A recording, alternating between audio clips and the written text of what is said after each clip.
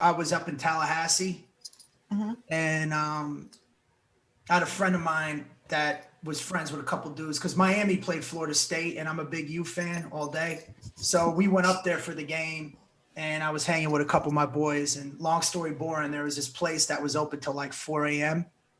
And as men, like we're willing to risk our lives for Vagine.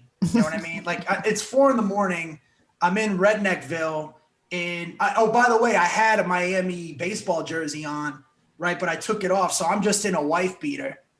And back then, you know, I was like 220 and I had that stupid, you ever see the white R&B singer cinch, the one line thing that goes around like I hate that fucking strap. Yeah. And then I had no hair, right? Oh my God.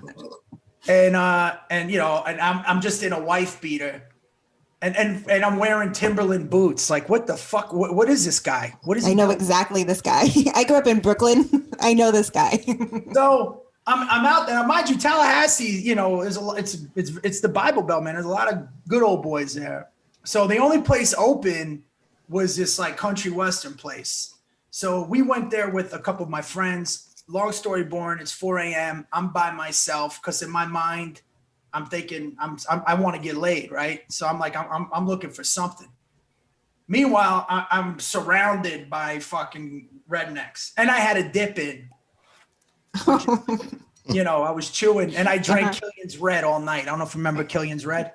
I do. It was like that thick liquor beer. It was almost like Guinness. So this kid comes running in, and he was like, you know, some dudes outside trying to jump me, and he knew I was. We had a mutual friend. He's like, yo, aren't you friends with so and so? I says, yeah.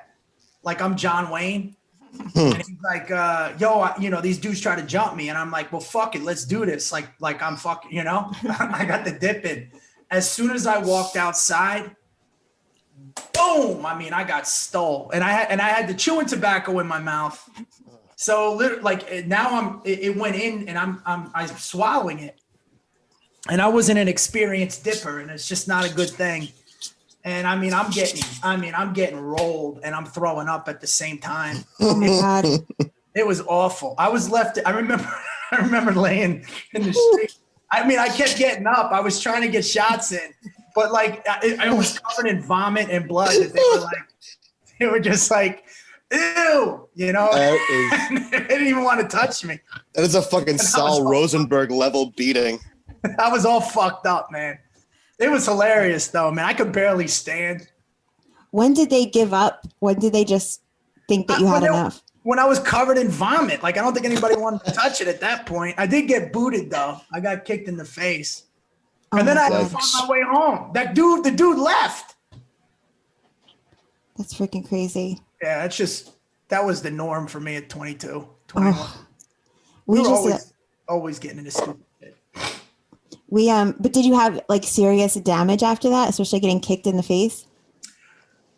I mean, you know, we used to say when I was younger, it's only skin, you know?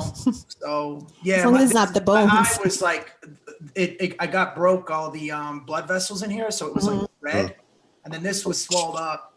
Oh, but the good news is that I got cut inside my mouth, so you couldn't really see it, right?